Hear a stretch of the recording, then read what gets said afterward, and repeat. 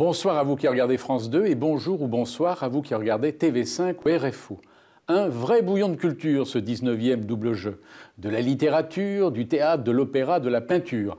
Avec le célèbre écrivain espagnol Georges Semprin, la jeune comédienne sénégalaise Maïmouna Gueye et l'un des monstres sacrés du bel canto, Ruggiero Raimondi. Chacun, à sa manière, se présente à vous. En France, on m'appelle Georges Semprin. En Espagne, Jorge Semprún. Et je suis aussi à l'aise, ou autant dans le malaise, dans les deux noms. Maïmouna Gueye, comédienne sénégalaise.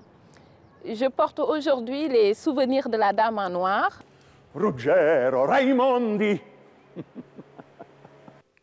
Depuis le premier numéro de Double Jeu, deux Espagnols de langue française sont au générique de l'émission, Pablo Picasso et Georges Semprin. Les voici réunis au musée Picasso, dans le quartier du Marais, à Paris, où j'avais donné rendez-vous avec Georges Semprin le jour même du prix Goncourt. Georges Semprin, ou Jorge Semprún, il évoque tout d'abord son compatriote Pablo Picasso, avant de répondre à mes questions sur son itinéraire de double jeu, non, de triple jeu. Georges Semprin, puisqu'on est dans le musée parisien de votre illustre compatriote Pablo Picasso, qui est un formidable double jeu, lui aussi. Oui. Question évidemment, pourquoi à l'âge de 23 ans, en 1904, je crois, oui, vient-il s'installer à Paris? Parce que c'est la ville où un peintre doit s'installer, au début du XXe siècle. C'est la ville où on apprend tout. Qu'est-ce qu'il fait? Il reste à Malaga. Il va à La Corogne, tout ça c'est des petites villes de province. Barcelone à la limite. Madrid. Non, Madrid n'est pas une ville de peintres, c'est un musée, Madrid. Ouais. Picasso a beaucoup fréquenté le Prado. Ouais. Mais ce n'est pas une ville de peintres, c'est un musée pour les peintres. C'est un musée où la plupart des peintres modernes, contemporains, ont appris à peindre, enfin, ont perfectionné leur connaissance de la peinture. Donc Paris, c'est la ville où il pense qu'il va... Paris, c'est la ville où les peintres travaillent. C'est là qu'il faut être. D'ailleurs, il va au bateau Lavoir. Oui. Il s'installe. Oui. Mais alors aussi, pourquoi toute sa vie durant va-t-il rester à Paris? Va-t-il vivre à Paris? Pourquoi tout ça? Parce qu'il est célèbre à Paris, parce qu'il est très vite reconnu à Paris, parce qu'en Espagne, il n'est pas reconnu. Pendant la période de la République, de 31 à 36, Picasso est reconnu. Il est même à une époque nommé directeur du musée du Prado. Il accepte la charge honorifique, etc. Mais en Espagne, les musées espagnols n'ont pas de Picasso, n'ont jamais acheté de Picasso. Il n'est pas reconnu. Il est reconnu à Paris et à travers Paris, dans le monde, et peut-être l'Espagne, mais beaucoup plus tard. Il y a eu entre-temps quand même la dictature de Franco. Et puis là, évidemment, il n'est pas question. Là, il n'est pas question. Il n'est pas question. Au fond, aujourd'hui, un jeune Picasso qui viendrait à Barcelone ou à Madrid, il ne fera évidemment pas le même choix. Non, ce n'est pas. Aujourd'hui, il peut avoir d'autres choix. Il peut aller à Londres, il peut aller à New York. Et puis il pourrait rester en Espagne. Il pourrait rester en Espagne. Tout simplement rester en Espagne. Comme Saura, comme Tapies, comme beaucoup de peintres qui sont restés en Espagne, qui ont fait leur carrière et qui ont bâti leur réputation en Espagne. Est-ce que vous avez une admiration particulière pour Picasso? Je crois qu'il était possible de ne pas admirer Picasso parce qu'il est capable de tout. Il réinvente constamment sa façon de peindre, de dessiner, d'écrire aussi, parce qu'il écrit aussi dans les deux langues. On ne peut pas être... Mais il est formidablement espagnol. Est-ce qu'il y a une touche française dans sa peinture? Dans sa peinture, la touche française, c'est, à travers la France, l'ouverture vers la peinture du monde, vers le cosmopolitisme, vers toute la peinture, vers le surréalisme, vers le cubisme, vers tout ça. Ça c'est pas son côté espagnol, c'est son côté universel à travers la France, et grâce à la France. Mais la violence, les couleurs, les taureaux, les femmes, tout ça c'est espagnol. À quel âge le jeune Jorge Semprún s'installe-t-il en France et pour quelles raisons? Il s'installe en France en 1939. Et pour une raison très simple, c'est que c'est la fin de la guerre civile et que mon père entraîne toute sa famille dans l'exil politique. Vous avez quel âge? 16 ans. 16 ans. Donc vous arrivez en France, à ce moment-là, donc au fond en exil. Toute la famille est en exil. Mais est-ce qu'à 15 ans et demi, 16 ans, on a pleinement conscience de ce que représente l'exil? On a conscience parce qu'il y a eu une guerre civile et parce que donc c'est un exil qui est une fuite aussi, qui n'est pas un exil volontaire, un exil programmé, un choix. Ce n'est pas un choix, c'est imposé par l'histoire. Et puis on a conscience aussi parce qu'on tombe dans un pays dont on ne connaît pas la langue. Est-ce que vous avez souvenir d'avoir beaucoup souffert quand vous vous retrouvez à 15 ans et demi, 16 ans, en France, dans un lycée parisien, au lycée Henri IV? Non, je n'ai pas beaucoup souffert. Je n'ai pas beaucoup souffert, et d'ailleurs, je dirais même avec un petit brin de provocation, que j'ai très rarement et très brièvement eu le sentiment de l'exil. Parce que justement, j'ai assez vite appris le français, la langue française, pour me sentir chez moi, parmi mes condisciples d'Henri IV, et plus tard à la Sorbonne. Plus personne ne me rappelait que j'étais étranger. Ouais. Votre père, grande famille castillane, il aurait pu très facilement, finalement, s'accommoder de Franco, alors que c'est un républicain qui préfère l'exil plutôt que, que rester au pays. La famille, oui. La famille, oui, à cause de sa place dans la société et ses traditions. Mais lui était un peu la bête noire de cette famille. Il était le seul qui était catholique, bien entendu, c'est normal à cette époque, mais catholique libéral, catholique qui a pris parti pour le Front populaire, catholique du groupe Esprit, du mouvement Esprit, dont le siège est à Paris, autour d'Emmanuel Mounier. Donc un catholique qui a fait le choix de la République, et puis le choix, pendant la guerre civile, du Front populaire, et qui a été même diplomate de la République. Donc, lui, il a choisi l'exil vraiment volontairement. Oui. Et il est mort en exil. Oui. Il n'est jamais revenu en Espagne. Et c'est un écrivain, je crois, un poète. C'était un poète, un essayiste. Il a surtout fait des livres autour de la philosophie du droit, mais il a aussi écrit publié 2 ou 3 volumes de poèmes. Et puis des essais, en général, de critiques littéraires ou de critiques... C'est un père dont vous êtes très fier. J'en suis très fier parce que d'abord pour ces choix répétés qui ont été un peu... Bon, qui ont provoqué aussi le malheur de la famille, la dispersion de la famille, mais qui ont été des choix qui m'ont complètement orienté. Et ensuite parce que c'était une espèce de figure quixotesque, n'est-ce pas? J'avais chez moi l'idéal humain. Oui, c'est formidable. Ouais. Et est-ce à ce moment-là, quand vous avez 15 ans et demi, 16 ans, est-ce que vous savez que vous allez devenir écrivain? Est-ce que vous avez la volonté de devenir écrivain? Et le sait-il? Lui, il le sait. Il le soupçonne. Il sait que j'ai une vocation d'écrivain depuis que j'ai 11 ou 12 ans. Lui, il le sait, oui. Il le sait peut-être même davantage que moi. Il est plus convaincu que moi. Le castillan, donc l'espagnol, est votre première langue, votre langue maternelle. Quelle est votre deuxième langue? L'allemand. L'allemand, pourquoi? Parce que mon père considérait que le français était une langue relativement plus facile pour l'espagnol que l'allemand était une langue... Il ne faut pas oublier qu'il était juriste, et donc il avait une bibliothèque, une tradition de germaniste. Il y avait beaucoup de livres de droit, de philosophie du droit, écrits en allemand depuis un siècle. Donc il avait une bibliothèque allemande. Il trouvait que l'allemand était une langue plus difficile et très utile, et qu'il fallait l'apprendre très jeune, très vite. Donc en tant que... J'étais très enfant, très jeune, quand j'ai commencé à apprendre l'allemand. Le français n'est venu que plus tard. Je suis arrivé à Paris en sachant lire un peu le français, mais sans parler. Mais aujourd'hui, parlez-vous aussi bien l'allemand que l'espagnol et le français? Non, un peu moins bien. Un peu moins bien. Mais il me faut toujours en Allemagne, il me faut quelques heures d'immersion comme ça dans la société et la langue pour que ça revienne. Mais la lecture, oui, aucun problème. Lecture et même écriture. Et l'écriture, vous auriez pu écrire des livres en allemand ou pas? Je crois que oui. Je crois que si j'avais été... Impossible, parce que l'Allemagne était à ce moment-là une Allemagne nazie. Donc, un républicain espagnol s'exiler en Allemagne nazie, c'est impensable, bien entendu. Mais si les circonstances historiques avaient été différentes et que j'avais été réfugié politique en Allemagne, j'aurais peut-être écrit en allemand. Mais moi, personnellement, je ne crois pas que il y a une phrase célèbre de Thomas Mann qui a été répétée souvent, la patrie de l'écrivain, c'est la langue. Moi, je ne crois pas du tout. Je crois que la patrie de l'écrivain, c'est le langage. Quelle est la différence? La différence, c'est que le langage est une capacité, une volonté, une capacité, un goût, une passion de la communication, de la saisie du monde à travers les mots, mais ça s'exprime dans n'importe quelle langue. Et quand on a la passion du langage, on peut certainement s'exprimer plus facilement dans diverses langues que dans une seule langue. Donc vous êtes un triple jeu. Je suis un triple jeu pervers, parce que je reviens à l'espagnol de temps en temps. Oui, pervers, c'est pas pervers de revenir à l'espagnol. C'est pas pervers, brouillant les cartes, disons, brouilleur de cartes, Oui, enfin, triple jeu, c'est-à-dire européen, quoi.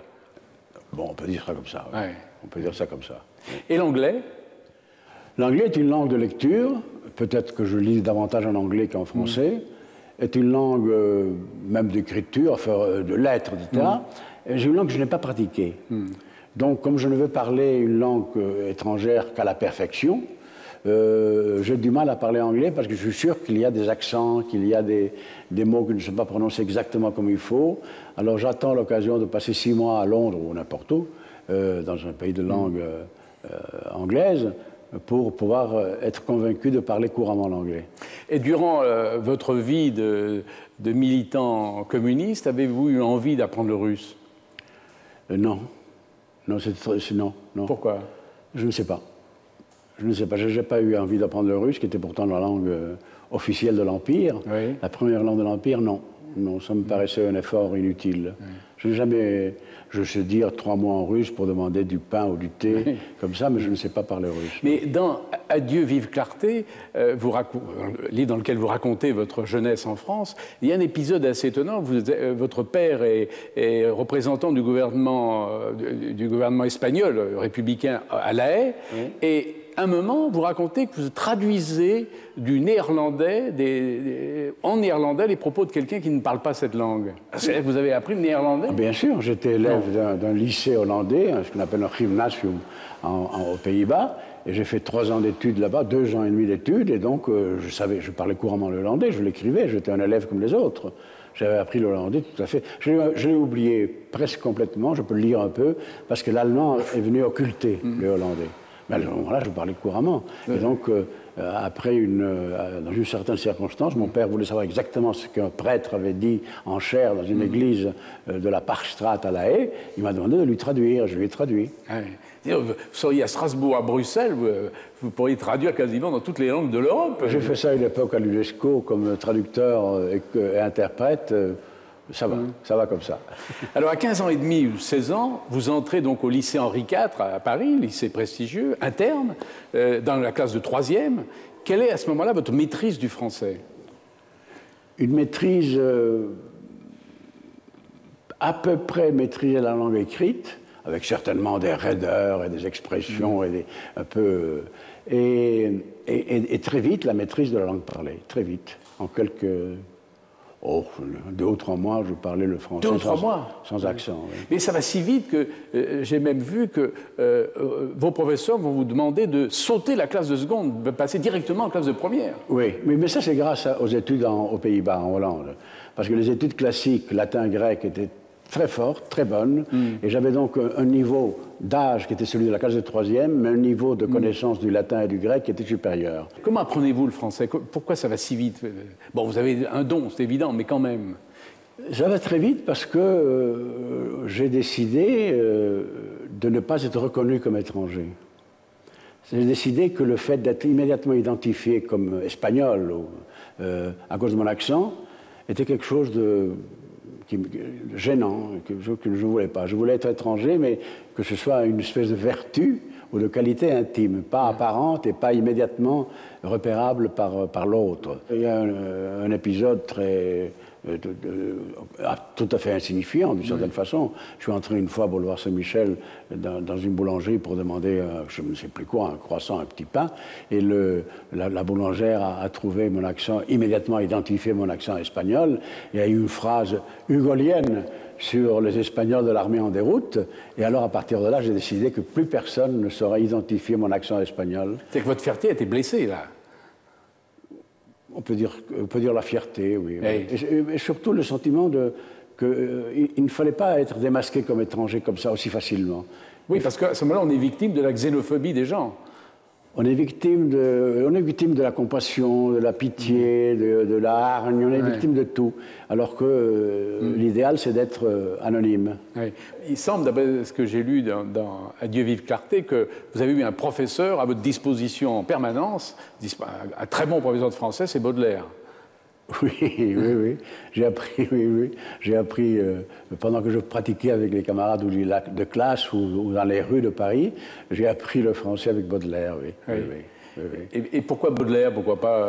Parce que le hasard a voulu que la personne qui m'a un peu initié à la littérature française, qui est ensuite devenu mon beau-frère, avait une passion pour Baudelaire et il m'a fait lire Baudelaire et connaître Baudelaire. pas seulement Baudelaire. Et vous l'avez appris, vous en avez appris des poèmes par cœur? Ah, je peux encore. Encore? Ah oui. Allez-y. Ah oui. Ouais. Comme ça, au débeauté. Allez-y. 2 vers, 3 Pour vers. l'enfant amoureux de cartes et d'estampes, l'univers est égal à son vaste appétit. Ah, que le monde est grand, la clarté des lampes, aux yeux de l'univers, aux yeux du souvenir que le monde est petit, etc. Ah oui. Ô mort, vieux capitaine, il est temps, levons l'ancre. C'est formidable.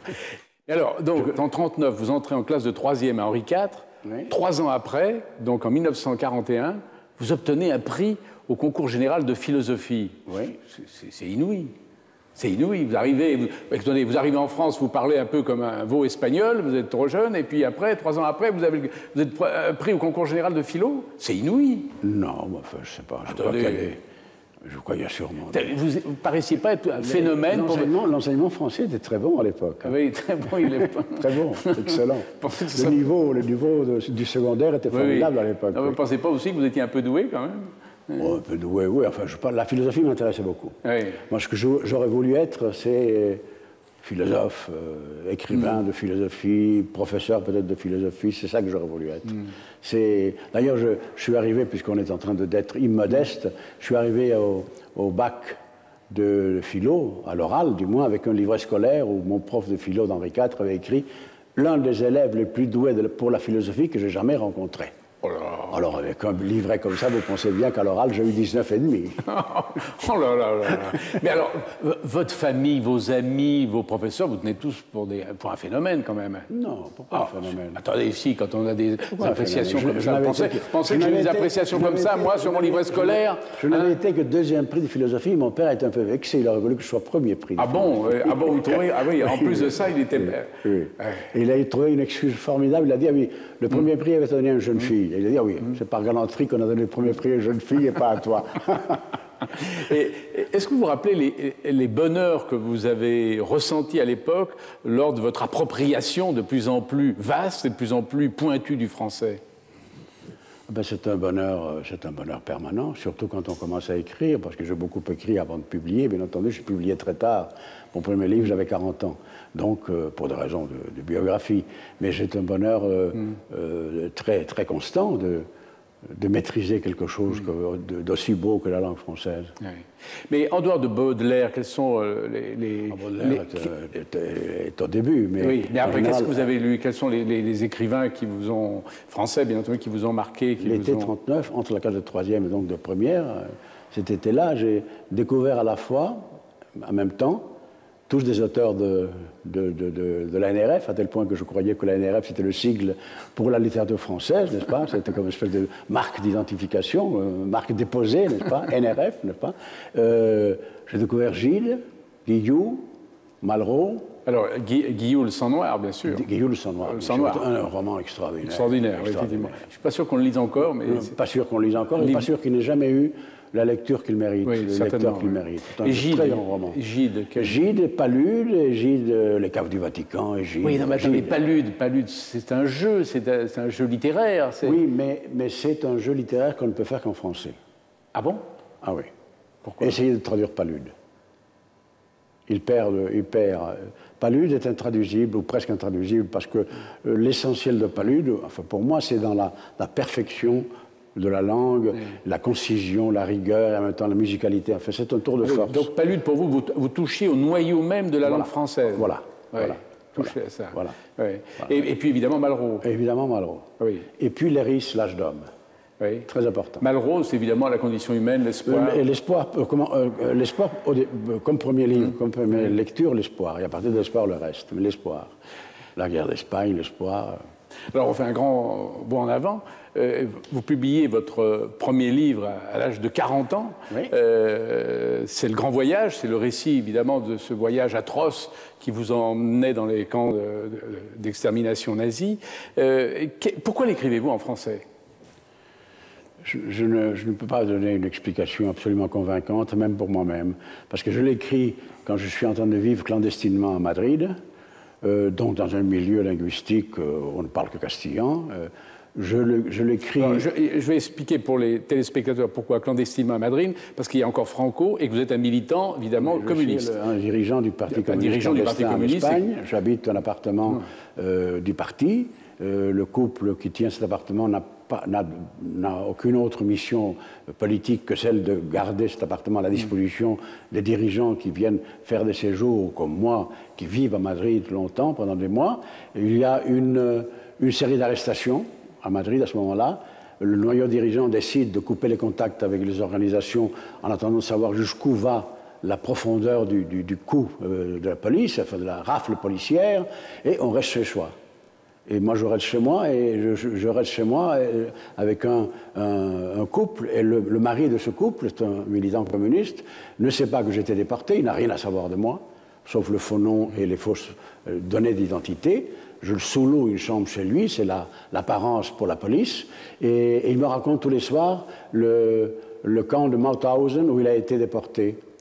Ancien soldat républicain, compagnie de travailleurs en France, fait prisonnier par les Allemands et transformé par les Allemands de prisonnier de guerre en prisonnier politique, comme une quinzaine de mille d'autres républicains espagnols. Il me raconte le camp. Et je ne peux pas lui dire que je sais à peu près comment c'est, parce que c'est pas. Et je trouve qu'il raconte mal, que s'il raconte comme ça, personne ne comprendra. Et je commence à écrire ce livre.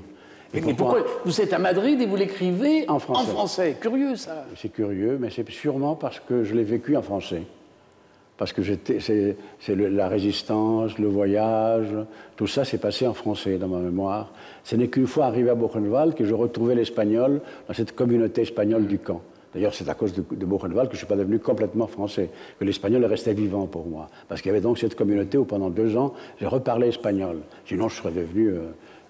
j'aurais été incapable de reconquérir la langue espagnole. Mais est-ce qu'il n'y avait pas aussi chez vous la volonté de répondre à la fameuse boulangère? Voilà ce que je suis capable de faire. S'il était vivant, on demanderait à Lacan. Ou à la psychanalyse, c'est possible. Mais ça, je ne peux pas répondre. Les Espagnols, à l'époque, je me rappelle, j'ai vécu ça, j'étais déjà dans la presse, quand vous avez publié donc, Le Grand Voyage, ça a été vraiment... vous avez reçu des prix littéraires, ça a été un grand événement, il est paru dans l'Europe entière, en Amérique, enfin partout. Est-ce qu'à ce moment-là, des Espagnols vous ont reproché d'avoir écrit en français? Non, les Espagnols, c'était la dictature, le livre a été censuré, il n'a pas pu être publié en espagnol, il a dû être publié au Mexique. C'est bien pour ça que je continue à écrire en français, parce que je me suis dit, à quoi bon écrire en espagnol dans un pays où tous mes livres vont être censurés, alors que je peux publier chez Gallimard en français tranquillement, sans problème, de censure ni d'aucune sorte. Non, à ce moment-là, on ne m'a rien reproché du tout. Officiellement, on me reprochait d'exister. C'est-à-dire le rouge espagnol, etc., qui n'était pas de la diaspora communiste. C'est un titre d'un journal une fois. Mais le livre étant interdit, circulant de façon clandestine, ou en tout cas non officielle en Espagne, dans des circuits de distribution un peu marginaux, l'écrivain Semprin n'était pas très connu. Ah oui. Et par la suite, vous avez donc écrit tous vos romans, tous vos récits, tous vos scénarios en langue française. Pourquoi finalement cette constance, hormis évidemment l'autobiographie de Federico Sanchez que vous avez écrit directement en espagnol? Parce que j'imagine que c'est une langue dans laquelle j'étais à l'aise, parce que bon, il y avait les circonstances de l'exil, de la censure franquiste. Après, il n'y a pas eu de censure, et donc j'ai écrit un livre en espagnol, et je continue à écrire en français parce que je suis bilingue. Oui, mais bilingue, ça veut dire 2. Et je me disais toujours que j'avais la possibilité d'écrire en espagnol, de publier en espagnol. J'étais bilingue. C'est pas du tout comme d'autres qui écrivent dans une langue, l'abandonnent, et écrivent dans leur langue maternelle, l'abandonnent, et puis ne publient plus que dans une autre langue, anglais ou n'importe quelle autre langue. Moi, j'ai toujours été un peu schizophrène, j'ai toujours été un peu bilingue. Avec quand même une préférence pour la langue française. Une préférence pour la langue française, oui, bien sûr. C'est évident. Mais c'est une très belle langue. Vos grands livres ont été écrits en français, c'est évident. Oui. Et puis, vous venez de renouer avec la langue espagnole, j'entends le romancier que vous êtes, puisque en septembre est sorti en Espagne un roman que vous avez écrit directement en espagnol et dont la traduction, pas assurée par vous, va sortir chez Gallimard. Et dans la collection du monde entier, ça m'amuse beaucoup. Je ne veux pas paraître dans la collection blanche, mais la collection du monde entier, c'est-à-dire un livre traduit. C'est assez amusant. Et alors, pourquoi tout d'un coup ce retour Bon, il y a une part de défi, de volontaire, c'est-à-dire de me prouver d'abord à moi, et ensuite à cette situation un peu particulière que j'ai en Espagne. On me lit traduit en espagnol, on me considère comme un écrivain espagnol de langue française. C'est une situation un peu ambiguë. Je voulais prouver que je pouvais toujours être un écrivain espagnol, que je maîtrisais cette langue. Ça, c'est le côté défi. Et puis aussi, une autre chose, si le Grand Voyage est écrit en français, même si je suis en Espagne, parce que c'est vécu en français, avec des Français, c'est l'époque de l'adolescence, etc. Ça, c'est une histoire espagnole qui se passe en 1956, à une époque que je connais bien parce que j'étais à Madrid clandestinement, mais où pèse le souvenir d'un crime du premier jour de la guerre civile, 1936. Et c'est le jeu entre la mémoire et la réalité de 1956. C'est une histoire qui est une histoire complètement espagnole, où les mots, l'odeur des choses, le goût des boissons et des vins sont espagnols. J'avais besoin de l'espagnol. Et pourquoi n'avez-vous jamais traduit en espagnol vos livres français et n'avez-vous pas traduit en français votre livre espagnol? Pour une raison très simple, c'est que je ne suis pas obligé d'être fidèle puisque je suis l'auteur. Donc, comme je ne suis pas obligé d'être fidèle, je ne vais pas traduire, je vais réécrire un livre. Et on n'a pas toujours envie de réécrire le même livre d'une façon différente. Ce livre-là, si je le réécris en français, je vais l'écrire différemment. Parce que 6 mois après, j'aurai un autre point de vue, je ne ferai pas raconter l'histoire par un tel, mais par une telle. Et c'est un autre livre. Est-ce que ça vaut la peine d'être... Peut-être, mais pas pour moi. J'ai un peu de compassion pour votre traducteur français. Hein. Ça ne doit pas être facile. Hein. C'est ce qu'il m'a dit le premier jour, vous vous rendez compte? Oui, je me rends compte, mais ce n'est pas mon problème. Quelle qualité trouvez-vous à l'espagnol et au français, à la langue espagnole et à la langue française, que vous ne trouvez pas dans l'autre? En français, le français est une langue beaucoup plus précise, maîtrisée, conceptuelle. Je dis par là que c'est une langue froide et sèche, mais l'espagnol est une langue plus riche dans le vocabulaire. C'est une langue, le castillan, c'est une langue qu'il faut traiter avec beaucoup de ménagement et beaucoup de discipline, parce que sinon elle s'emballe toute seule. Elle devient très facilement rhétorique et grandiloquente. Mais c'est une langue incomparable pour tout ce qui est la sensualité de la vie, de la gastronomie, des couleurs. Si vous pouvez écrire un livre absurde dans les deux langues à la fois, on écrirait les passages sensuels en espagnol et les passages plus conceptuels et historiques en français. Ouais. Alors donc finalement, si vous avez choisi le français plutôt que l'espagnol, c'est que vous avez préféré travailler sur le conceptuel plutôt que sur le sensuel. On peut écrire aussi en français quand même, j'exagère un peu. Ah oui, je sens que vous exagérez un peu. Non, parce que c'est une grande, comme ça, c'est un schématisme, c'est évident. Mais schématiquement, c'est un peu comme ça. Bien sûr, après, il faut nuancer. On peut aussi écrire des choses... mais il n'y a pas de... Enfin, il n'y a pas de grands philosophes espagnols. Oui. Il y a de très bons essayistes espagnols qui utilisent des concepts et qui utilisent des idées philosophiques, mais il n'y a pas de grands créateurs de systèmes philosophiques en espagnol. Et il y a sûrement aussi, pas seulement ça, mais il y a aussi une raison de langage linguistique. L'espagnol n'est-il pas une langue quand même plus musicale? Je ne dirais pas musicale, parce que le français peut aussi être très musical. Hein. Récitons-nous Verlaine et on verra que c'est assez musical. Mais c'est une langue plus sensuelle, plus riche, plus ouverte aux sensations et aux sentiments. Mais avec ce risque de devenir baroque très vite. Un livre érotique en espagnol est plus érotique qu'en français?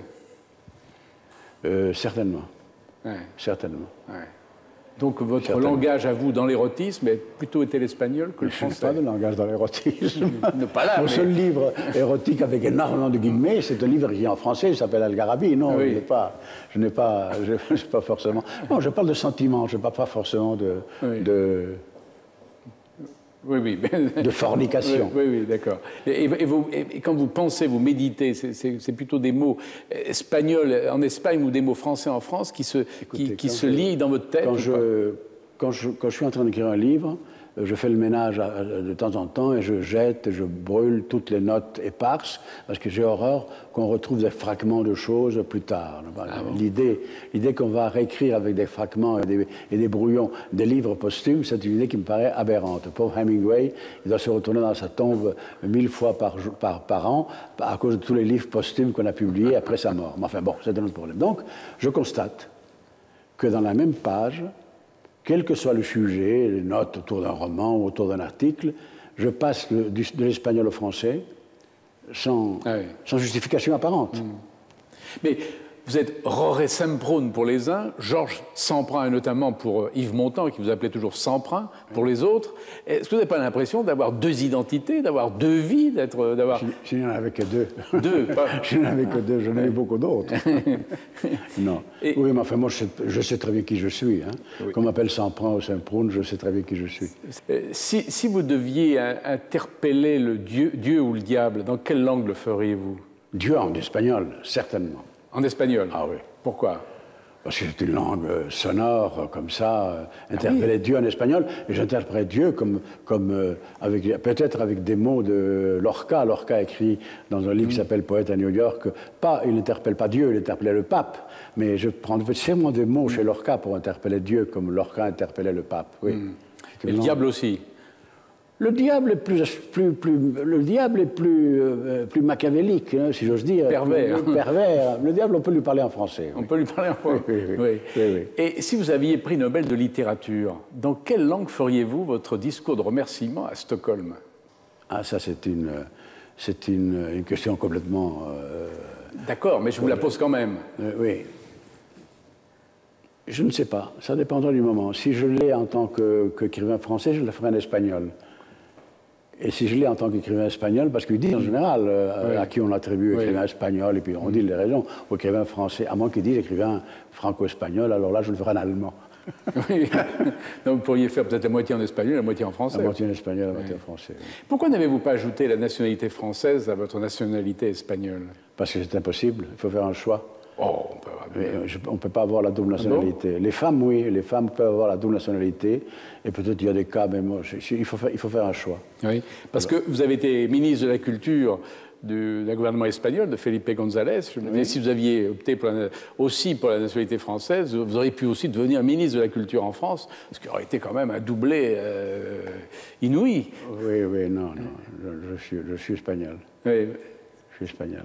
J'ai une carte de résident privilégié de 10 ans jusqu'en 2009. Oui. Je n'aurai sûrement pas besoin d'une autre carte, ça me suffira. Mais résident privilégié, c'est le titre d'un livre de Maria Casares, vous vous en souvenez sûrement. Oui. Un livre de mémoire de Maria Casares, qui était une compatriote, et qui était aussi double jeu, elle aussi, et qui appelait ses mémoires résident privilégié. Je trouve ça formidable comme définition de la vie de quelqu'un et de la propre vie. Résident privilégié. Pourquoi n'avez-vous pas la Légion d'honneur? Parce qu'on ne me l'a jamais proposé. Comment?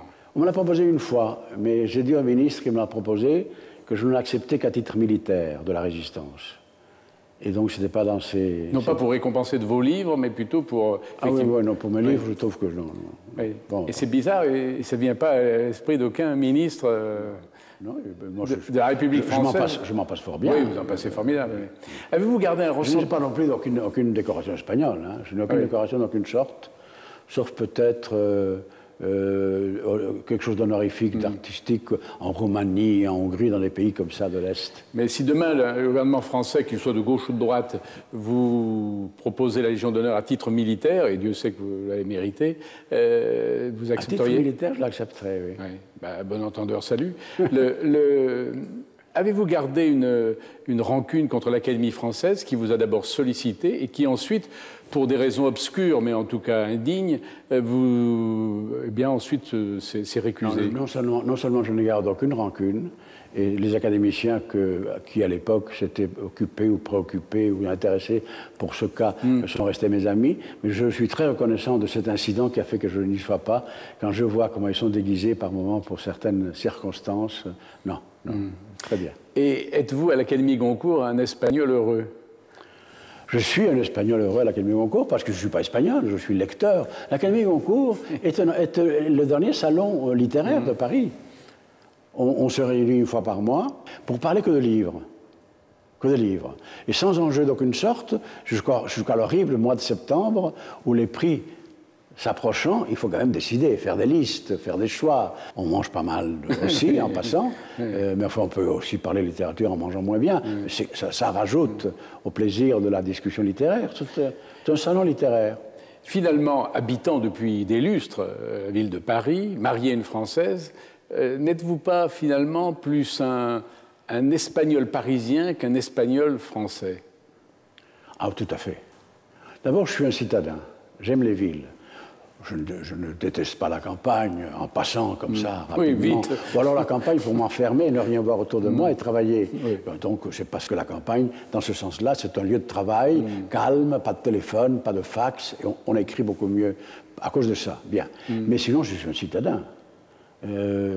Et toutes les villes, en principe, les villes, je crois que je l'ai déjà dit une fois, les villes où il y a un fleuve, des cafés, des bibliothèques, quelques musées et des galeries, je suis chez moi. Dans ce choix de villes qui ont des fleuves, des bibliothèques, Paris, quand même, une ville exceptionnelle. Oui. Une ville exceptionnelle. Je suis très bien à Paris. Oui. Parce qu'à Paris, en plus, on a un avantage qu'on n'a pas beaucoup ailleurs. C'est que les gens vous laissent en liberté. Ils vous laissent libre. Ils vous aiment bien quand ils vous aiment bien, mais ils respectent votre liberté, votre silence. Il y a des amis intimes qui peuvent admettre que pendant 15 jours, vous ne l'appelez pas parce que vous êtes en train de travailler ou faire quelque chose. Ils ne se vexent pas, ils ne se fâchent pas. Ils savent que dans 15 jours... Il y a d'autres... En Espagne, par exemple, c'est impossible. Pas possible. Impossible. En Espagne, si je reste à Madrid 10 jours sans parler, sans voir un certain nombre d'amis, très réduits, mais quand même importants, parce que les amis les plus intimes, ils se réunissent entre eux, ils délibèrent, qu'est-ce qui lui arrive, il est fâché, il est malade, il a le cancer, il nous déteste, il faut avoir un dîner qui dure jusqu'à 4 h du matin avec force whisky pour expliquer qu'il ne se passe rien. Que simplement on écrit, on travaille. J'exagère un peu, bien entendu, mais il y a de ça. Paris est un lieu, c'est peut-être le revers, le revers positif de la distance française, mais c'est très positif pour un écrivain. Oui, c'est bien. C'est pas un secret parce que vous donnez la date dans Adieu vive clarté. Vous allez avoir 80 ans dans quelques jours, c'est-à-dire le 10 décembre prochain. Qu'est-ce qu'il faut vous souhaiter? Ben encore, comme j'ai commencé à publier mon premier livre à 40 ans, je suis un écrivain relativement jeune en tant qu'écrivain. Je commence à arriver à la maturité de l'écriture. Me donner encore quelques années pour arriver jusqu'à la vieillesse de l'écriture. La vieillesse de l'âge, je l'ai déjà, mais la vieillesse de l'écriture, c'est-à-dire la pleine maturité de l'écriture.